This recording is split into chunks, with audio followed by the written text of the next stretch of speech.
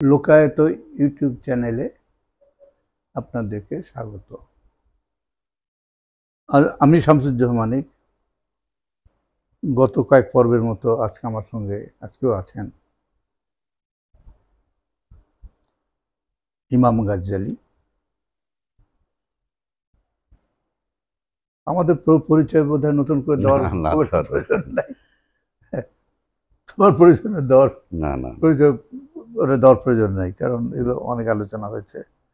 মোটামুটি যারা এর আগে তোমার আলোচনাগুলো শুনেছে সবাই জানেন যে তুমি একজন সাংবাদিক, লেখক, সমাজকর্মী, রাজনৈতিক কর্মী, চিন্তাশীল মানুষ সর্বোপরি।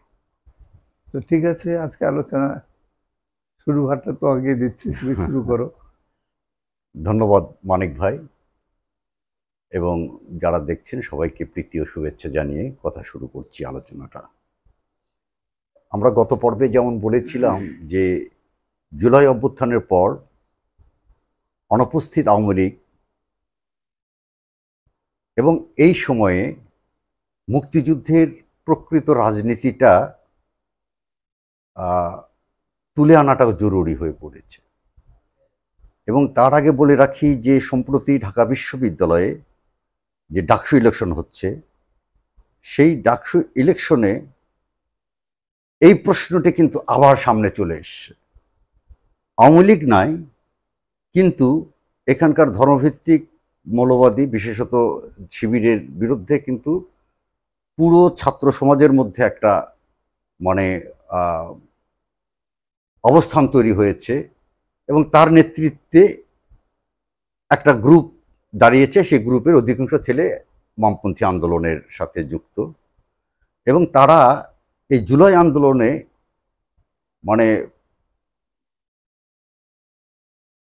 মার খেয়ে তারা আন্দোলনের সাথে যুক্ত ছিল। আন্দোলনে সিরিয়াসলি তারা মরণপণ লড়াই তারা যুক্ত ছিল। এই ছেলেপেলেরা এই এই এই ডাকসু ইলেকশনে প্রতিদ্বন্দ্বিতা করছে।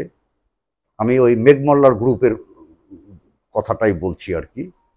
তো ওরা আমাদের সামনে এইটা চিন্তাটা, আমাদের এই চিন্তাটাকে ওরা সমর্থন দিচ্ছে যে আওয়ামী লীগ ছাড়াও এখানে মৌলবাদ বিরোধী একটা সত্যকার রাজনীতিটা করা সম্ভব।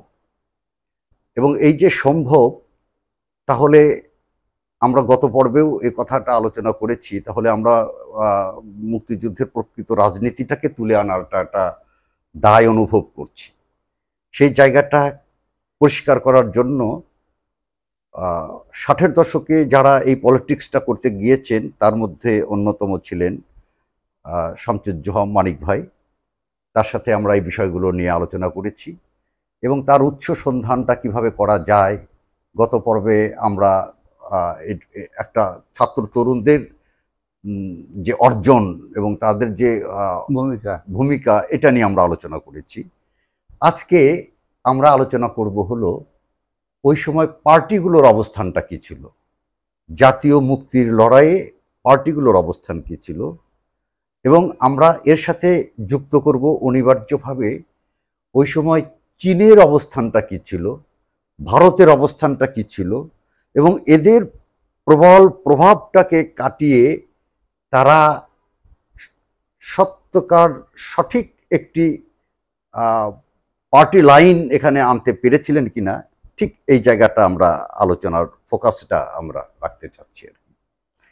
তো এখানে আমরা জানি যে কমিউনিস্ট পার্টি যখন ৬৬-তে ভাগ হয়ে গেল, ভাগ হয়ে যাওয়ার পর যারা বিপ্লব আকাঙ্ক্ষী তারা চীনপন্থী বলে পরিচিত হলেন এবং চীনের লাইনটা গ্রহণ করলেন। তো তারা যে চীনের লাইন গ্রহণ করলেন কেন, এবং রুশপন্থী বলে যারা পরিচিত তারা কেন কি লাইনটা গ্রহণ করেছিলেন, আগে এখান থেকে শুরু করার জন্য আপনাকে অনুরোধ করছি। তারপরে আমরা আরো অন্যান্য আলোচনাগুলো পর্যায়ক্রমে নিয়ে আসবো। আমি এই আলোচনায় সূত্রবিন্দু হিসেবে যে জায়গাটাকে দেখি ভাষা আন্দোলন। ভাষা আন্দোলনের মধ্য দিয়ে বাঙালি মুসলমান তার প্রকৃত জাতি পরিচয় সম্পর্কে প্রথম সচেতন হতে শুরু করলো।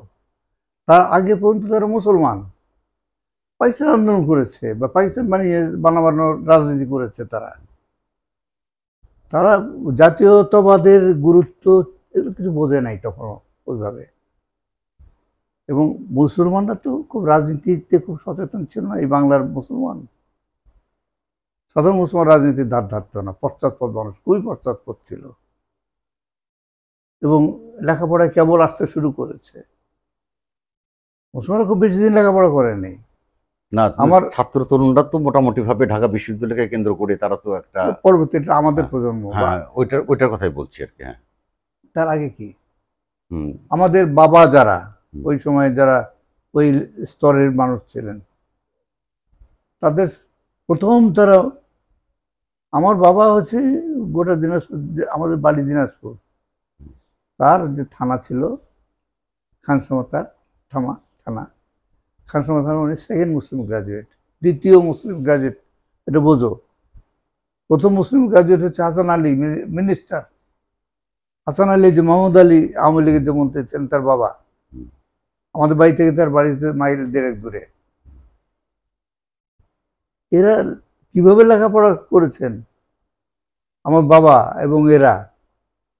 আমাদের গ্রাম থেকে প্রথম হাই স্কুল যেটা ছিল সেটা 7 মাইল কি 8 মাইল দূরে ছিল। বাড়ির পাশে প্রাইমারি স্কুল না গিয়ে 1-1.5 মাইল পায়ে হাঁটলো, কেউ আধা মাইল হাঁটলো। আমাদের ওখানে আধা মাইলের দূরত্ব ছিল প্রাইমারি স্কুল আমাদের বাড়ি থেকে। আমার বাবা গিয়ে ওই প্রাইমারি স্কুলটাতে 5 পর্যন্ত পড়লেন। তারপর 6 পড়বেন কোথায়?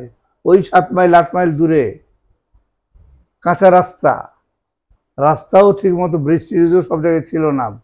বর্ষার সময় পানির মধ্য দিয়ে যেতে হতো, অথবা ওই নৌকা, খেয়া নৌকা পার হয়ে যেতে হতো। অনেক সময় নৌকাও থাকতো না, ওই বুক পানিতে হেঁটে পার করতে হতো নদী। আমি নিজেও হেঁটেছি, তো আমার এই অভিজ্ঞতাগুলো আছে, কিভাবে কত কষ্ট করে একটা এডুকেটেড ক্লাস তৈরি হচ্ছে, মিডল ক্লাস, মধ্যবিত্ত তৈরি হচ্ছে মুসলমানদের মধ্যে। এটা আমি আমার পরিবারের দিকে তাকিয়ে, আমার বাবার দিকে তাকিয়ে বুঝতে পারি, এবং ওই সময়কার লোকজনের সঙ্গে কথাবার্তা বলে আমি এটা ধারণা করতে পারি, ধারণা করেওছি। তো রাজনীতি বলতে মুসলিম লীগ, আইডেন্টিটি, সামাজিক আইডেন্টিটি বলতে মুসলমানের সামাজিক আইডেন্টিটি। কেবল যারা সচেতন হচ্ছে তারা এই ইসলামী রাজনীতির দিকে যাওয়া শুরু করলো। হিন্দুত্বের সঙ্গে দ্বন্দ্ব, ব্রিটিশের পৃষ্ঠপোষকতা ছিল, উস্কানি ছিল, এগুলোর মধ্যে দিয়ে এরা মুসলিম রাজনীতিতে গেল। মুসলমানদের কথাই বলছি। ভাষা আন্দোলনের মধ্য দিয়ে আমরা প্রথম আমাদের ভাষাগত প্রশ্নে, ভাষাগত আইডেন্টিটি বা পরিচয় সম্পর্কে সচেতন হলাম। এটা সাংঘাতিক ঘটনা। কিন্তু একটা জেনারেশন, জাস্ট আমার বাবাকেও আমি দেখেছি, উনি অনেক পরে বদলেছিলেন, কিন্তু তখনও তিনি মুসলিম লীগের দৃঢ় সমর্থক, পাকিস্তানের সমর্থক। ভাষা আন্দোলন হচ্ছে তখনও নিজে তো বাংলায় কথা বলে, রাষ্ট্রভাষা উর্দু হওয়া উচিত মনে করতেন। আমি তো চতুর্থীতে পড়তাম আর কি, মনে আছে। তা আমরা তো ছাত্ররা তো অত রাজনীতি বুঝি না, সব মিছিল করে ছাত্ররা, দেখি রাষ্ট্রভাষা বাংলা চাই, নুরুল আমিরের মুন্ডু চাই। আমার ক্লাস 3 কথা মনে আছে, খুব উৎসাহের সঙ্গে আমি ওই নুরুল আমিরের মুন্ডু চাই এইটা শুনে আর লাফাতার মিছিলে গিয়ে রাষ্ট্রভাষা বাংলা চাই, নুরুল আমিরের মুন্ডু চাই, লাফাতাম। রাজনীতি ঢুকছে তার আগে, ওই সময় প্যারালালি আমি আবার বাবার মতের সঙ্গে একমত হতো, হ্যাঁ রাষ্ট্রভাষা উর্দু হয় ভালো। ক্লাস 3 কথাই বলছি। মুসলমানের রাষ্ট্র নাকি, তা ঠিক আছে, তাহলে মুসলমানের ভাষা তো উর্দু, তাহলে এটা উর্দু হবে না কেন? কিন্তু যখন মিছিল হলো, তখন মিছিলের মধ্যে দৌড়ে গেলাম, ছাত্রদের গুলি করে মেরেছে। আর তো বোঝার দরকার নাই, বাঙালি ছাত্র আমাদের বাংলা ভাষায় দাবি করে তাদের মেরে ফেলেছে, এটা তো অর্ডিনারি কাজ।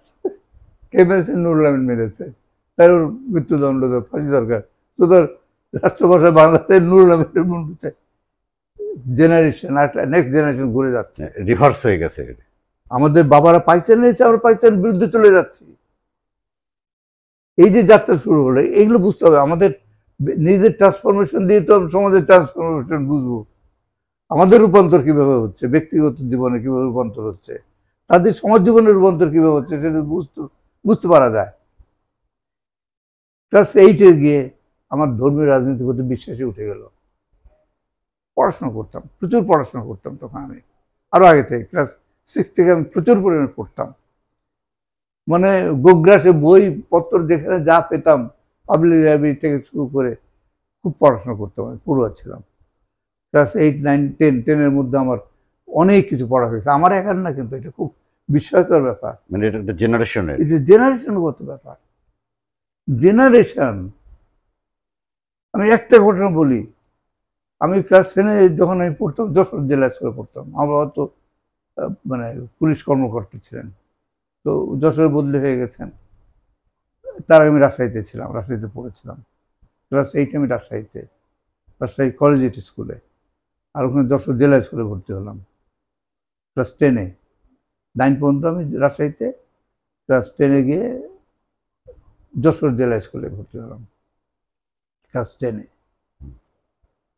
এটা 59 সাল। ওইখানে আমি আমজাদ হোসেন, বিখ্যাত কমিউনিস্ট নেতা, পরবর্তীকালে তাকে পেলাম।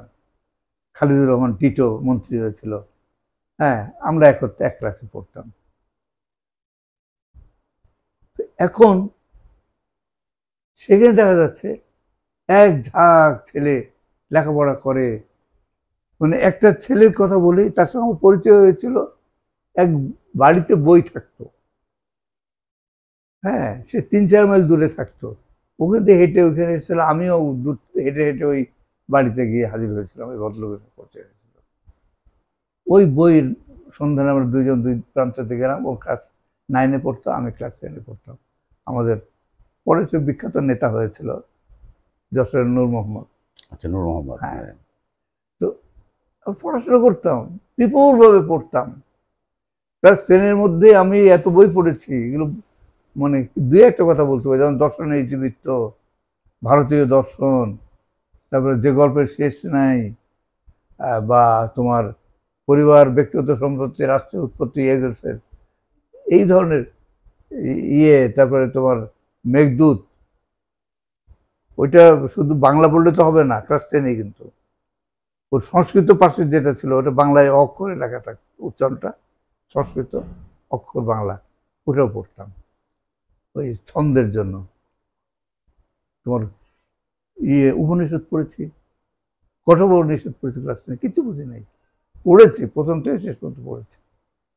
এই যে পড়ার যে ইতিহাস, দর্শন, রাষ্ট্রবিজ্ঞান বা রাজনীতি আর সাহিত্য, তো মানে এই বৈশিষ্ট্যটা আপনি বলছেন যে আমাদের প্রজন্মের বৈশিষ্ট্য, প্রজন্মগত। আমি একাত্তর পড়তাম, পুরো আলোচনা মানে করতে তারা একটা নতুন আত্মপরিচয়ের সন্ধানের পিপাসা থেকেই তার পাঠ, এটা কি বলা যায়? হ্যাঁ, কিছু করতে হবে। প্রথমত হচ্ছে আমরা আত্মোপলব্ধি করছি যে আমরা বাঙালি, আমাদের রাষ্ট্র গঠন, জাতি গঠন করতে হবে। ক্লাস 8-এ হয়ে গেছে কিন্তু আমার মধ্যে চেতনাটা। আমি এখন সন্ধান করছি আমার মতো করে কারা চিন্তা করে, যারা করে না তাদেরকে বোঝানোর চেষ্টা করছি। শুরু হয়ে গেছে কিন্তু এই যে যাত্রা, এই যাত্রাটাকে বাদ দিলে কিন্তু এখানে ওই মার্ক্সবাদ বলো, কমিউনিস্ট আন্দোলন বলো, কোনো কিছু উত্থান বলো, এগুলো বোঝা যাবে না। শুরুটা কিন্তু এই ভাষা আন্দোলনের প্রেরণা থেকে, আমি যেটা এখন বুঝি আর কি, ওই জায়গা থেকে শুরু হয়েছে। বাঙালি হিসেবে নিজেদের সত্তাকে আবিষ্কার করা, এইটা থেকে শুরু হয়ে গেছে। এরপরে ইসলাম বলো আর যাই বলো, কিচ্ছু দাঁড়াতে পারেনি, কোনো রাজনীতিতে কোনো ভাবনায় আর দাঁড়াতে পারেনি। এইটা হচ্ছে আমাদের প্রজন্মগত ব্যাপার। কিন্তু এখানে আপনাদের ছাত্র তরুণরা তো এই স্তরে এসে পৌঁছেছিলেন, কিন্তু পার্টিগুলো কি এরকম উপলব্ধির জায়গায় এসেছিল? না, পার্টিগুলো এই জায়গায় ছিল না। মানে ডান বাম নির্বিশেষে তাদের মধ্যে পাকিস্তানটাই তখনও বলবৎ ছিল। আওয়ামী লীগ কি করলো?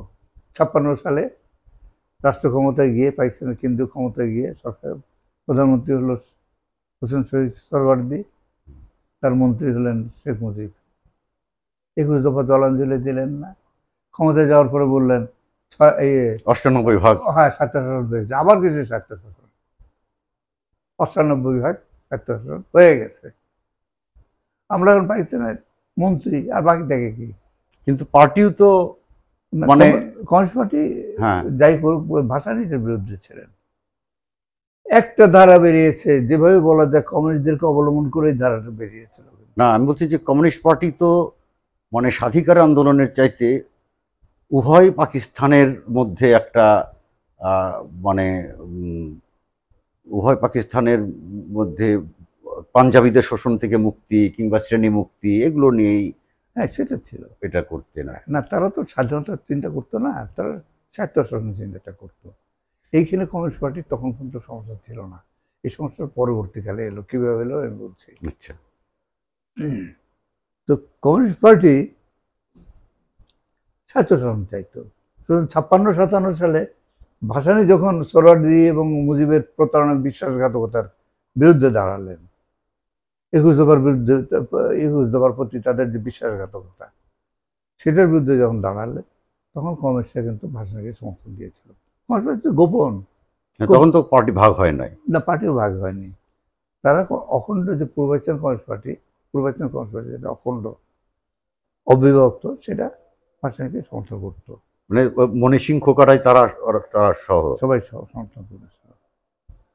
এখন ব্যাপারটা হচ্ছে কি, তরুণ প্রজন্ম তো স্বায়ত্তশাসনের মধ্যে সীমাবদ্ধ না, এটা বুঝতে হবে। তো আমাদের মাথায় কাজ করছে পূর্ববাংলার স্বাধীনতা, আমাদের একটা বাঙালি স্বাধীন রাষ্ট্র করতে হবে।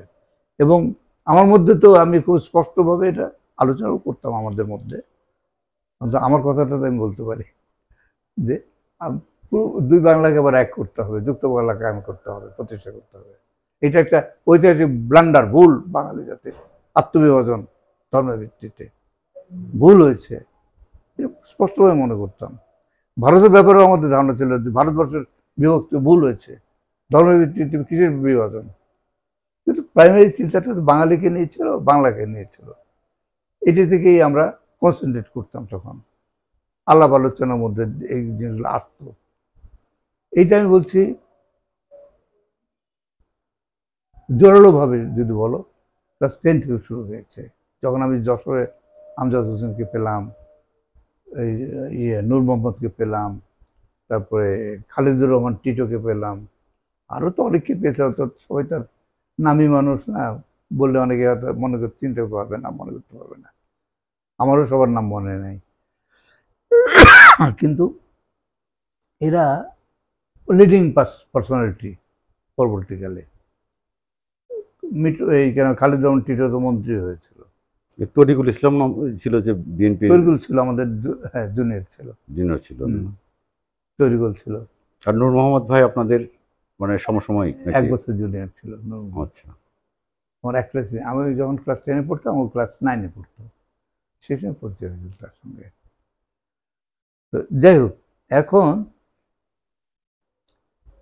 যেটা মানে সমস্যা এ পর্যন্ত ঠিক আছে, সমস্যা নাই। কিন্তু সমস্যাটা হলো 60-এর দশকের পরবর্তী সময় গিয়ে একটু 62-63-তে খুশরব শান্তিপূর্ণভাবে স্বায়ত্তশাসনের কথা, শান্তিপূর্ণ সহাবস্থান এবং সমাজতন্ত্রের উত্তরণ শান্তিপূর্ণভাবে সম্ভব, এই তত্ত্ব দিলেন।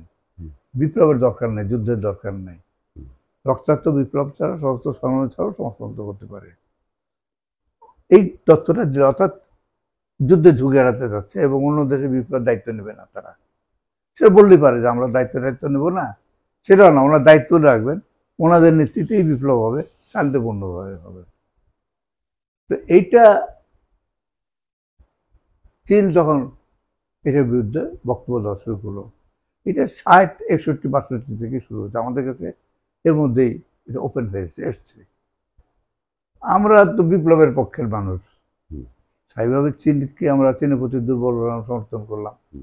আর ওই সময় কমিউনিজম আদর্শ, সমাজতান্ত্রিক আদর্শ নিয়ে দাঁড়াতে গেলে আমাদের সমাজে এই চীন আর এই সোভিয়েত ইউনিয়নকে বাদ দিয়ে তো সম্ভব না। কে আমাদের, আমরা যদি তৃতীয় এক লাইনের কথা বলি, কেউ পুষবে আমাদেরকে? তো উড়িয়ে দেবে এক কথায়। তো সুতরাং আমাদের তো একটা এই দুটোর মধ্যে একটা বাঁচতে হবে। আমরা চীনকে বাঁচলাম, বিপ্লবের নেতা, ঠিক আছে। এখন এ পর্যন্ত ঠিক আছে, 62, 63, 64, 65 সেপ্টেম্বরে পাকিস্তান ভারত যুদ্ধ হলো। এই যুদ্ধে পরে পাকিস্তান চীনের প্রতি ঝুঁকে গেল। ভারতকে বিরোধিতা করতে গিয়ে আমেরিকার সঙ্গে সম্পর্ক তিক্ত করলো কিছুটা। আইয়ুব খান চীনের দিকে ঝুঁকলো, তো এটা তো আমেরিকা পছন্দ করেনি। এখন আমেরিকা মানে কে বাইপাস করে, মানে এড়িয়ে গিয়ে যখন চীনের সঙ্গে সম্পর্ক চাই আইয়ুব খান, তখন আবার আমাদের দেশের কমিউনিস্টদের একটা অংশ আইয়ুবের মধ্যে প্রগতিশীলতা দেখতে পেল, সাম্রাজ্যবাদ বিরোধিতা দেখতে পেল।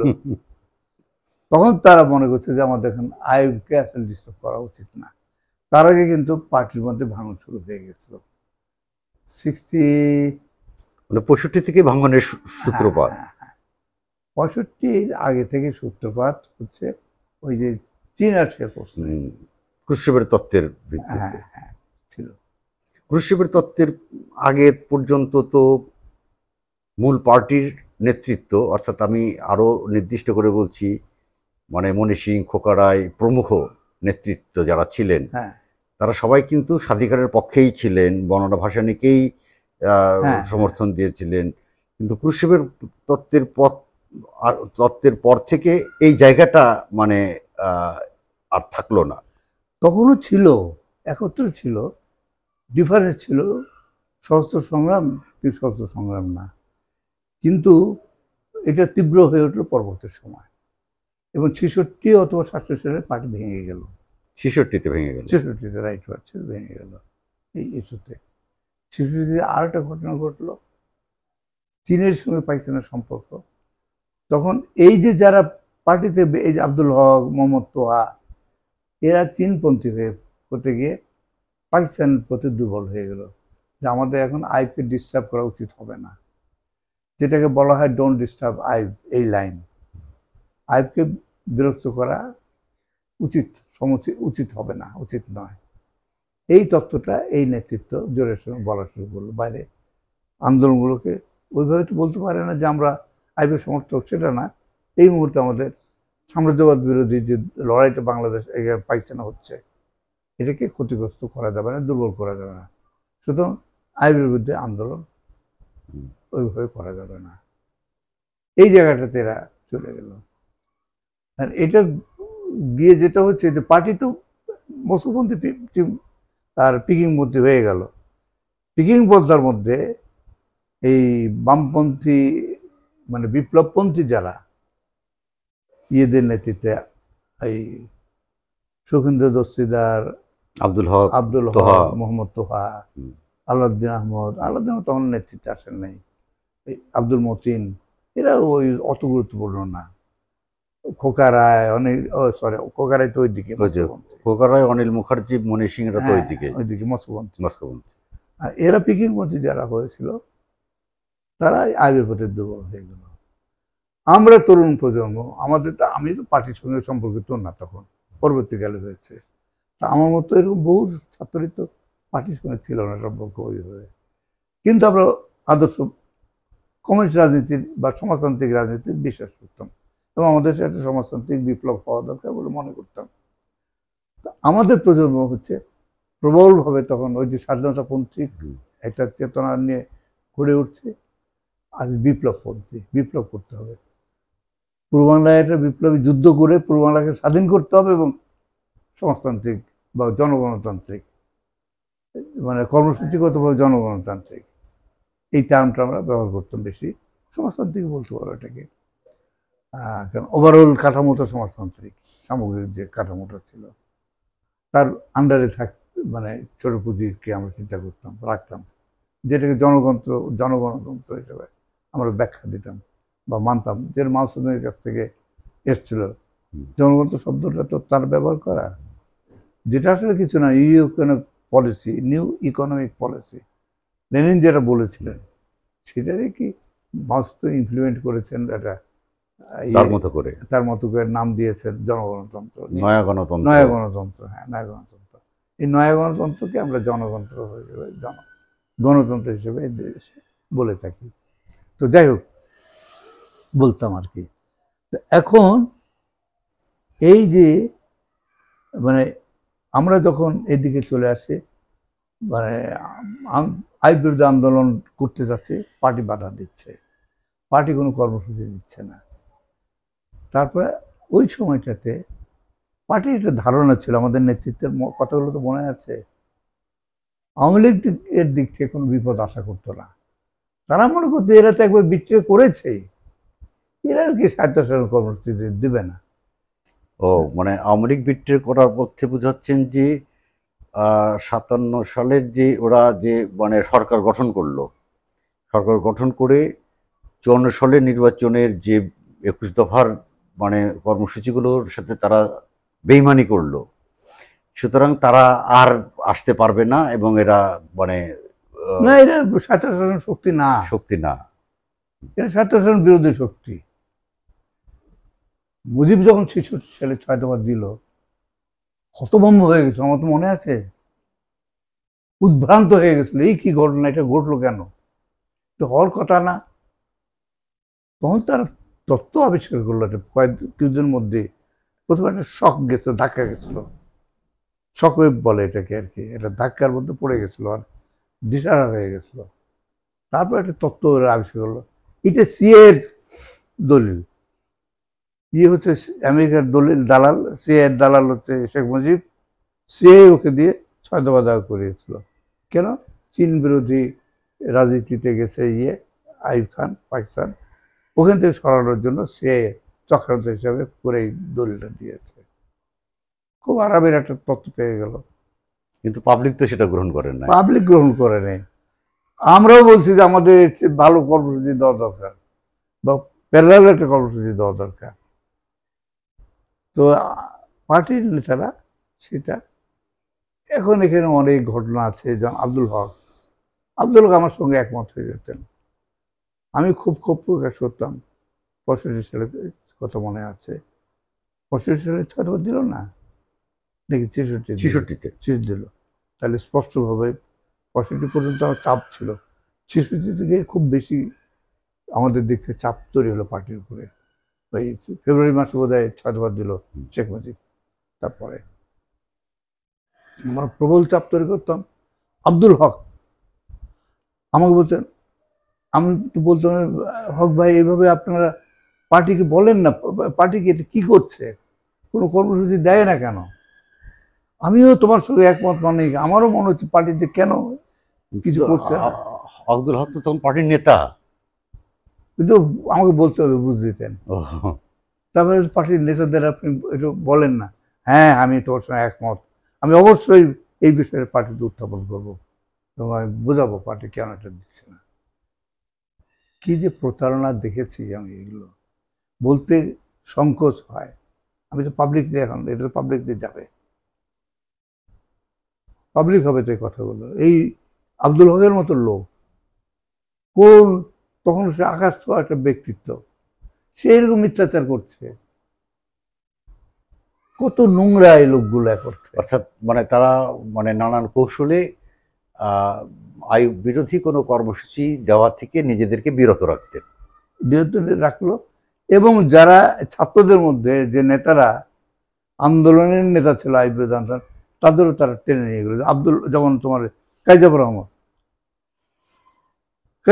তো মনে করা শুরু করলো। 66 সালে তার সঙ্গে আমার তর্ক হয়েছিল, আলোচনা হয়েছিল, আমি এবং আবুল কাসেম ফজলুল হক, বাংলা একাডেমির চেয়ারম্যান যে এখন, আমরা তো তখন পূর্ব বাংলা বিপ্লবী কমিউনিস্ট আন্দোলন করছিলাম 66 সালে, পার্টির উপর খেপে গিয়ে। পূর্ব বাংলা কমিউনিস্ট আন্দোলন, সরি 60, আমরা পরে করেছিলাম পার্টি, তার আগের কথা আমি বলছি। আমি তো পার্টি করলাম, তো আমরা আন্দোলন করলাম বিপ্লবী কমিউনিস্ট আন্দোলন 1968 সালে। 68 হ্যাঁ, কিন্তু কাইজাফরের সঙ্গে আলোচনায় গেলাম হচ্ছে 1966 সাল। মানে পার্টি ভাগ হওয়ার পরে। না, পার্টি তো ওইদিকে কি হয়েছে এখন আমি এই মুহূর্তে মনে করতে পারছি না। না, পার্টি তো 66-তে ভাগ হয়েছে, কমিউনিস্ট পার্টি তো 66-তে ভাগ হয়েছে, চীনপন্থী রাশিয়াপন্থী। পার্টি ভাগের আগেই কিন্তু আব্দুল হকদের প্রো চাইনিজ লাইন ছিল এইরকম ভাবেই।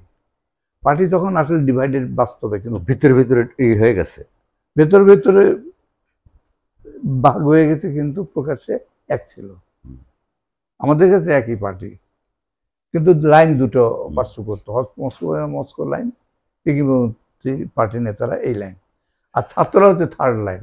এই ছাত্রদের মধ্যে কাইজাফরকে তারা সমর্থক করে ফেললো।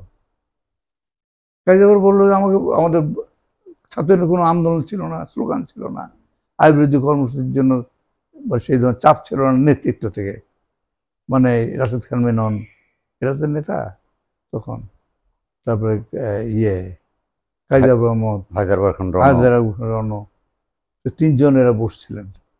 আমি আর আবুল কাসেম ফজলুল হক আমরা দুইজন মানে ছাত্রদের মধ্যে থেকে গেলাম, আলোচনা করলাম।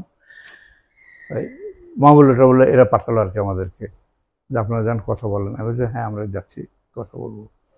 তো আমি ইয়েকে নিলাম, আবুল কাসেম ফজলুল হক আর আমি দুজনে গেলাম। কাইজাফরকে আমি সোজা প্রশ্ন করলাম, আমি তো ওদের সাইকোলজি বুঝতাম, যে জাফর ভাই আপনি কি আইয়ুবকে সাম্রাজ্যবাদ বিরোধী মনে করেন? যে হ্যাঁ আমি মনে করি। আমি বললাম যে রণ ভাইকে বললাম, রণ ভাই আপনি কি তাই মনে করেন? রণ ভাই বললেন না আমি এটা মনে করি না, আইয়ুবকে সাম্রাজ্যবাদ বিরোধী মনে করি না। ও রণ ভাই এটা বললেন? হ্যাঁ বললেন। আর কে ছিল ওখানে? রাশেদ খান মেনন। মেনন ভাই কি বললেন? মেনন ভাই আপনি কি বলেন? কি বলবো না, আপনি কি আইয়ুবকে সাম্রাজ্যবাদ বিরোধী মনে করেন? এ ব্যাপারে আমি আমার কোনো মত দিতে পারবো না। হ্যাঁ আপনার তো একটা মত আছে। তখন আমাকে আবার আমি বললাম যে আপনার তো একটা মত থাকবে, আছে তো, সেসব ব্যাপারে আমার কোনো মত নেই। This is Rashed Khan Menon. উনি কোনো মতই দেননি? কোনো মত দেয়নি। চার্জ মোহাম্মদ থাকতো তো লাইনে, পার্টি লাইনে, কাইজাফরের লাইনে ছিল। রণভাইও আমাদের সঙ্গে একমত হলেন, কিন্তু বাস্তবে কি করলেন? বাস্তবে থাকলেন তো ওদের সাথে। হ্যাঁ ওদের সঙ্গে থাকলেন, এটি বুঝতে হবে। আর কাইজাফর কেন এদিকে গেলে আমার একটা ব্যাখ্যা আছে। তাহলে ছাত্র তরুণ, আপনাদের ওই সময় ছাত্র তরুণ প্রজন্মের মধ্যে ধরা যেতে পারে যে আপনি, আবুল কাসেম ফজলুল হক, ডক্টর মাহবুবুল্লাহ, তারপরে প্রমুখ, এরা কিন্তু মানে আইয়ুব বিরোধী অবস্থানটা শক্তভাবে ছিল। এইটি ছিল মেইন স্ট্রিম ছাত্র ইউনিয়নের, অন্তত আমি বলতে পারি, মানে আন্দোলনকারী ছাত্রদের মেইন স্ট্রিম মূল ধারাটা আমাদের সঙ্গে ছিল, এই ধারাকে বহন করত। এইটার কারণে এই ইয়েটাকে ব্যবহার করার জন্য আলাউদ্দিন দেবেন শিকদার মতিন এরা পরবর্তীকালে আবার ওই পার্টিটাকে ভাগলো, ভেঙে ওই হক্তহাদের নিজেদের আলাদা করে নিয়ে পূর্ব বাংলার কমিউনিস্ট পার্টি গঠন করলো। ও আপনি পূর্ব বাংলা, তারা যে মানে চীনাপন্থী যে একটা পার্টি যেটা ছিল পূর্ব পাকিস্তান কমিউনিস্ট পার্টি এমএল, ওই পার্টি থেকে তারা আবার পূর্ব বাংলার কমিউনিস্ট পার্টি যে গঠন করলেন, আব্দুল হক, মোহাম্মদ তোহা প্রমুখ নেতৃত্ব। আপনি বলছেন যে এই পার্টি গঠনের অন্যতম মূল কারণটা হলো যে ছাত্র তরুণদের এই প্রভাবটা কাজ করেছে। আমি আর সেরকম কোনো কারণ দেখি না। তাদের আচার আচরণ, কাজকর্ম, তারা যে আসলে কোন বিপ্লবী আন্দোলনের জন্য পূর্ব বাংলার স্বাধীনতার যুদ্ধ গড়ে তোলার জন্য পার্টি ভাগ করেছে আমি তো মনে করি না। কিন্তু তারা ভাগ করলেও তো তারা তো মানে জাতীয় মুক্তির লড়াই যেটা, এই জায়গায় তো তারা ওইভাবে কর্মসূচি আনেননি। সেই জন্যই, যেহেতু তারা আন্তরিক ছিল না, তারা আসলে আমাদের সঙ্গে এক ধরনের প্রতারণা করেছিল। তুমি একটা ঘটনায় বলি, এগুলো এখন বিষয়গুলো আনা দরকার, আনা যেতে পারে। 1968 সালে তারা পার্টি গঠন করলো, পূর্ব বাংলার পার্টি গঠন করলো 68-তে। দেবেন শিকদার সেক্রেটারি হলেন, আব্দুল মতিন, আলাউদ্দিন আহমদ, এরা মিলে আর কি বাশার ভাইদের সঙ্গে, বাশার ভাই তখন তাদের সঙ্গে এরা পার্টি গঠন করলো, পূর্ব বাংলার কমিউনিস্ট পার্টি।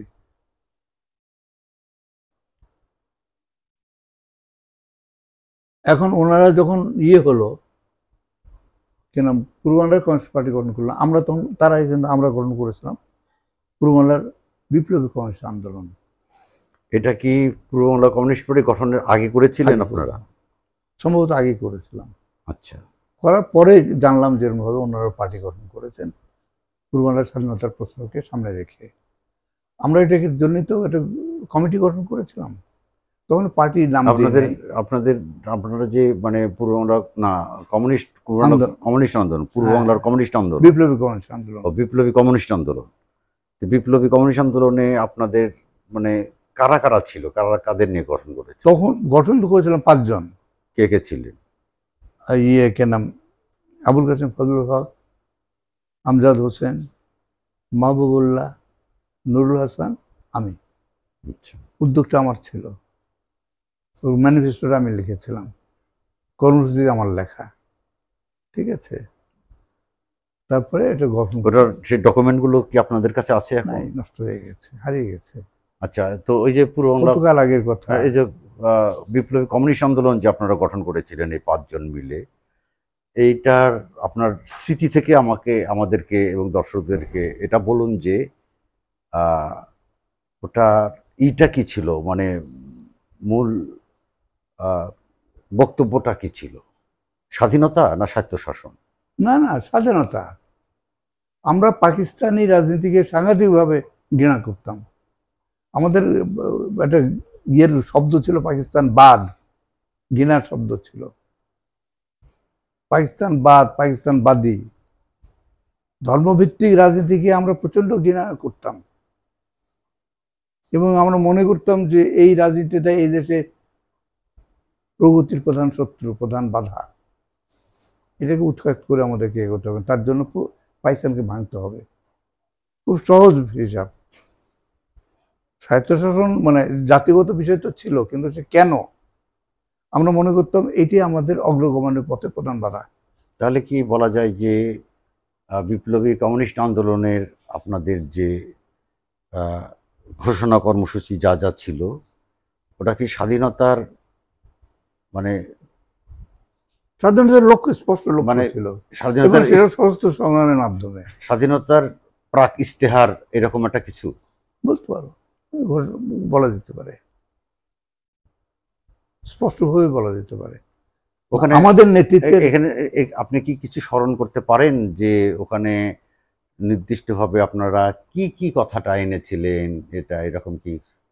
যেমন ধরো তোমার এই রাষ্ট্র, বাঙালি জাতির যে তোমার পরিচয়, সেটা ভিত্তিতে হবে যেমন রাষ্ট্রের নাম, এটা বলেছেন? নামটা পূর্ব বাংলা স্বাধীনতা, পূর্ব বাংলা স্বাধীন, পূর্ব বাংলা, আমরা এইটুকু বলতাম।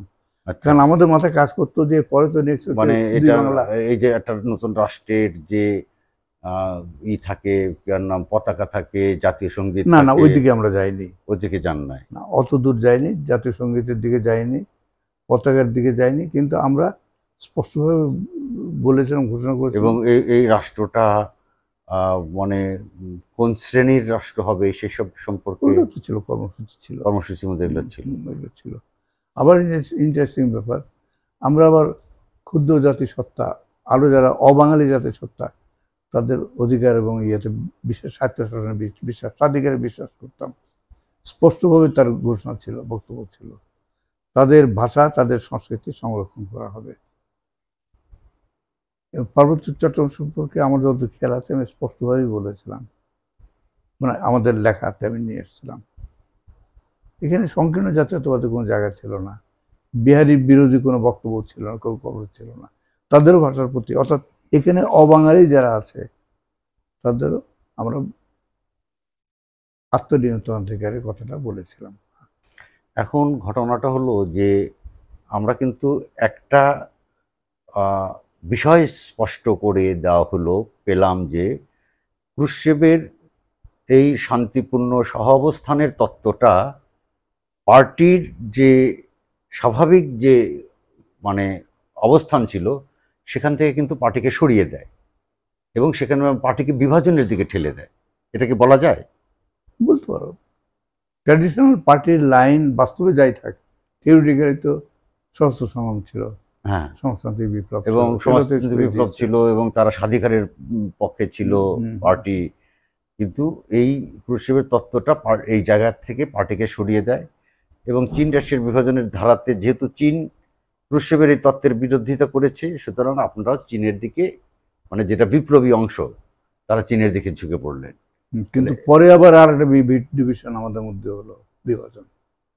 নেতৃত্ব চীনের প্রতি অন্ধ অনুগত হলো, চীনের পররাষ্ট্রনীতি নিজের সঙ্গতি রেখে এখানে রাজনীতি অনুশীলন করা শুরু করলো। আমরা ওটা বিরোধী। আমাদের বক্তব্য ছিল যে আমরা স্বাধীনভাবে আমাদের দেশে বিপ্লব করব। এখানে চীন কি মনে করছে না করছে সেটা আমার কাছে ইম্যাটেরিয়াল। অর্থাৎ চীন যখন পাকিস্তানের রাষ্ট্র সরকারের পক্ষে দাঁড়াচ্ছে, হ্যাঁ, আর তখন তো মানে সঙ্গত কারণেই পাকিস্তানের রাষ্ট্র সরকারের বিরুদ্ধে জাতীয় মুক্তির লড়াইটা তো তার বিরুদ্ধেই যায়। তো চীনের পক্ষে অবস্থান নেওয়ার কারণে জাতীয় মুক্তির লড়াই থেকেই তাদেরকে তারা আর মানে থাকতে পারলেন না, সরে গেল। কিন্তু আপনারা সরছেন না। না, প্রচারণাটা করে আমাদের নেতৃত্ব, কিন্তু আপনাদের ছাত্র নেতৃত্বের মধ্যেও তো মানে সেই প্রবণতাটা আছে, তারা তো সরে গিয়েছিল একটু আগে। একটা অংশ গেছে, কাজী জাফর, মাহবুবুল্লাহ তো যায়নি, তখন তো ছাত্র ইউনিয়নের জেনারেল সেক্রেটারি হচ্ছে মাহবুবুল্লাহ। কিন্তু মানে গুরুত্বপূর্ণ যে প্রথম সারির নেতৃত্ব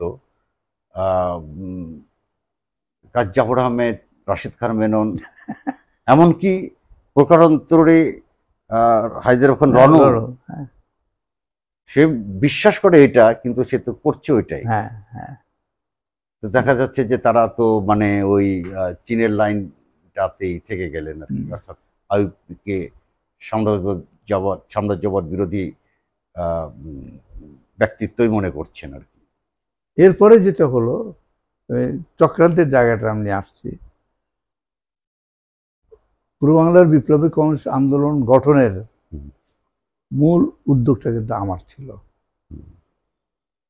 মানে সারা দেশব্যাপী খালি যোগাযোগগুলো গড়ে তোলার ব্যাপারে না, ছোটাছুটির ব্যাপারে না, ওর কর্মসূচিতে আমি লিখেছিলাম, ওর ঘোষণাপত্র তো আমার লেখা, ওটা সবাই গ্রহণ করেছে, সেটা আরেকটা জিনিস, কিন্তু লেখাটা তো আমার, উদ্যোগটা তো আমার। এরপরে পার্টি হয়ে গেল, এর আন্দোলন সংগঠন হলো। প্রথম পার্টি বলতাম না, আমরা সংগঠন বলতাম। এটা ওই জন্য আন্দোলন নাম দিয়েছিলাম, পূর্ব বাংলার বিপ্লবী কমিউনিস্ট আন্দোলন। যখন পূর্ব বাংলার কমিউনিস্ট পার্টি গঠন হলো,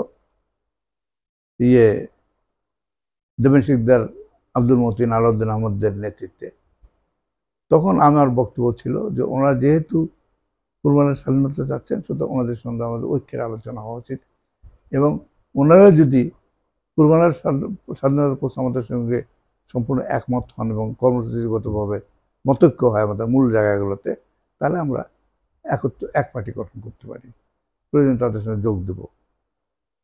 আমার বক্তব্য এরকম ছিল। যাই হোক, ঐক্যের একটা সিদ্ধান্ত হয় যে আমরা দুটো সংগঠন এক জায়গায় হব, এক সংগঠন গঠন করব। তো আলোচনা হলো, আলোচনা আমরা একমত হলাম। মজার ব্যাপার হচ্ছে, ওদের কোনো ম্যানিফেস্টো ছিল না তখন পর্যন্ত, পূর্ব বাংলা কমিউনিস্ট পার্টি। হ্যাঁ, এগুলো তো তখন গিয়ে আমরা জানলাম ম্যানিফেস্টো তৈরি তো আমাদেরকে নিয়ে।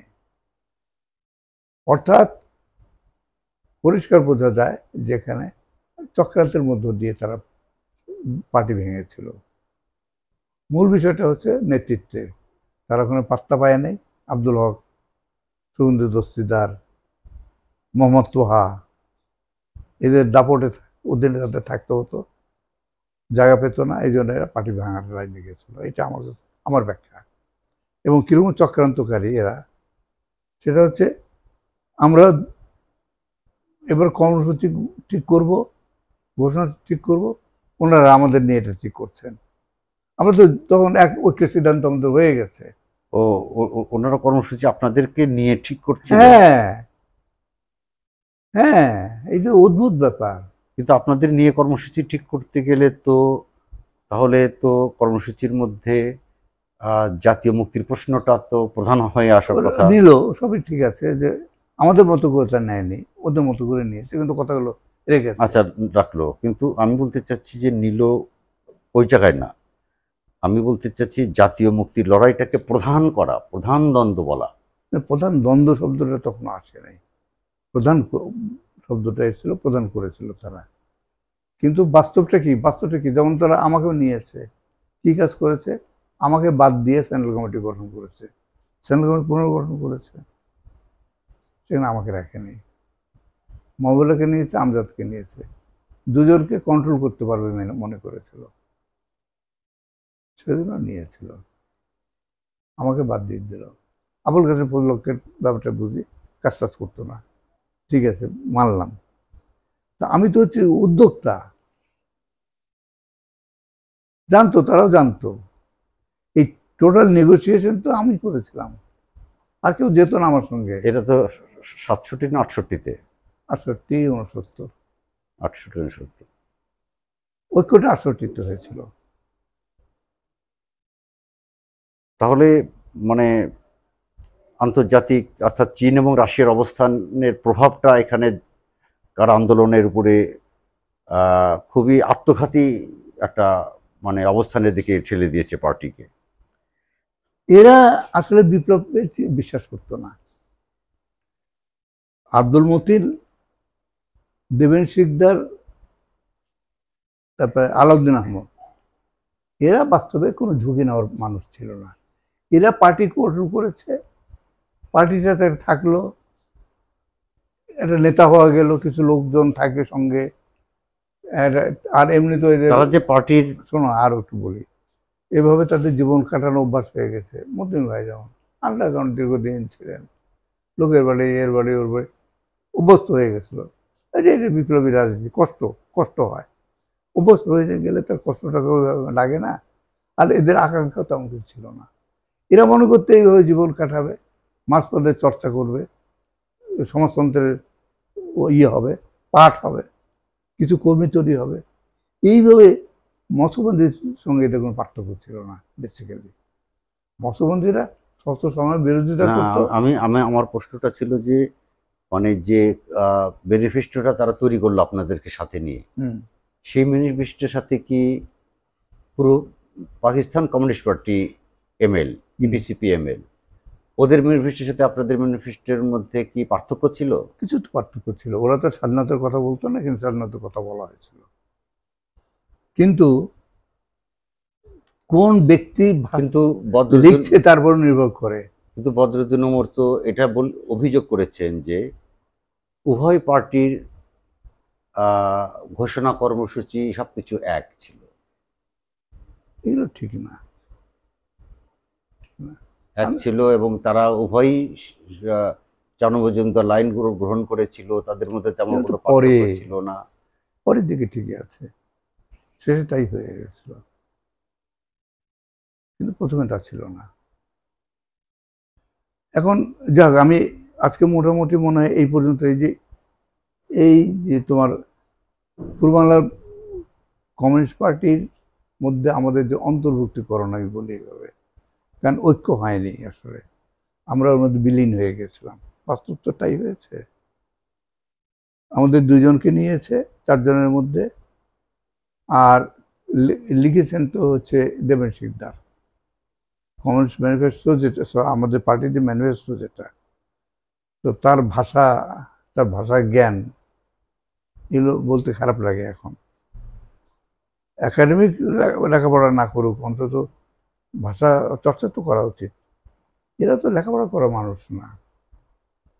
ওনার বিদ্যা কি, কম্পোজিটর ছিলেন। কম্পোজিটর ওরা খারাপ না, কিন্তু কম্পোজিটর হয়ে যদি ওই পর্যায়ে যদি খালি এই কোথায় ক বসাতে হয়, কোথায় খ বসাতে, আগে তো এই সিস্টেম ছিল।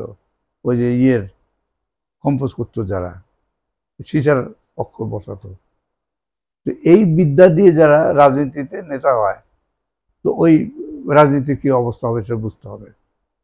এদের ইয়েটা হচ্ছে দীর্ঘদিন ত্যাগ করেছে, আন্ডারগ্রাউন্ড হয়েছে, বিশাল মোহ তৈরি হয়। দেখা যায় না তো চোখে, শোনা যায় খালি নাম। যদি দেখা যায় তাহলে 1 মিনিটের জন্য বা 5 মিনিটের জন্য, 7 মিনিটের জন্য দেখা দিয়ে চলে যাবে, অথবা দেখা করিয়ে কর্মীদের মহাচ্ছন্ন করতে হয়। তো এগুলো একটা কায়দা, এগুলো এরা ভালো শিখেছিল।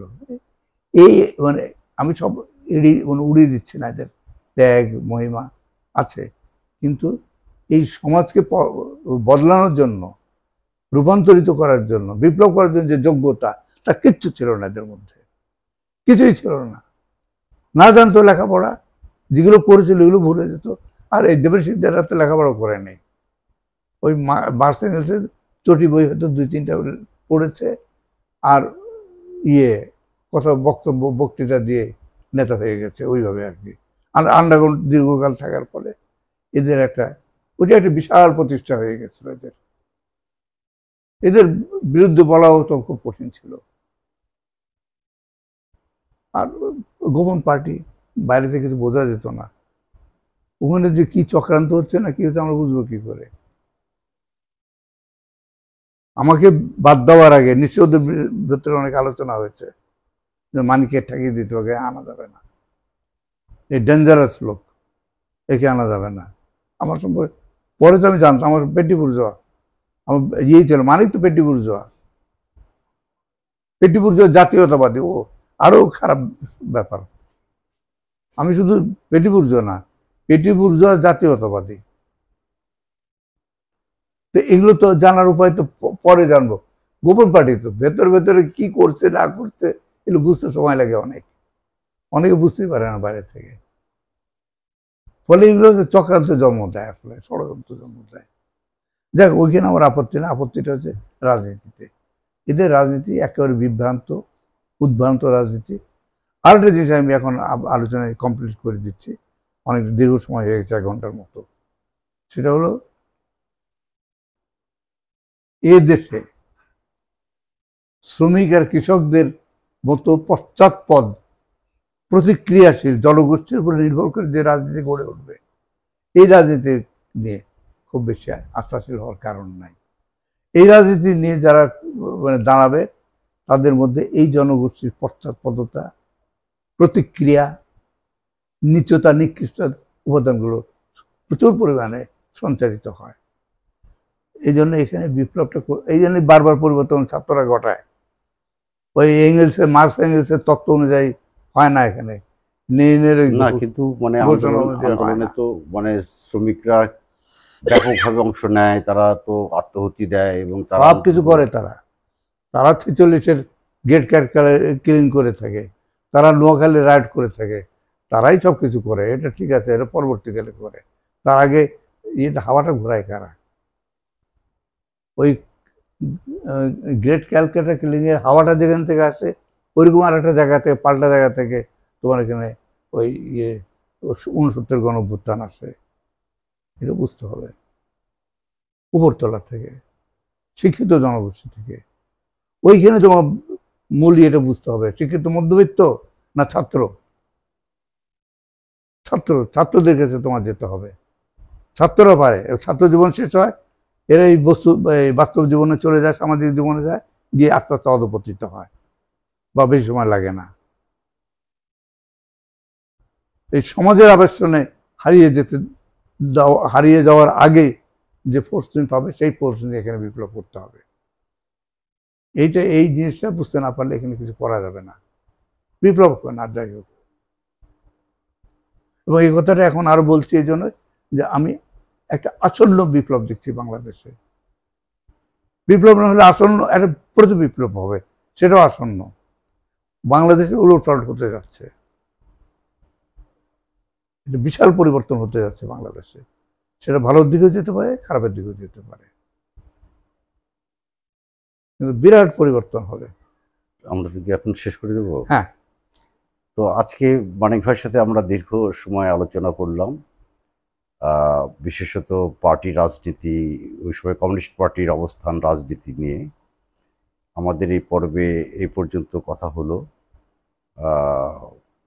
আশা করি পরবর্তী পর্বে আমরা 69, 70, 71 এই সময়কালটা নিয়ে আরও যে ঘটনাগুলো ঘটেছে এইসব বিষয়গুলো নিয়ে, পার্টির অবস্থান এবং এখানকার মুক্তিযুদ্ধ এবং এইসব বিষয় নিয়ে আমরা পরবর্তীতে আরও আলোচনার বিস্তার ঘটাবো।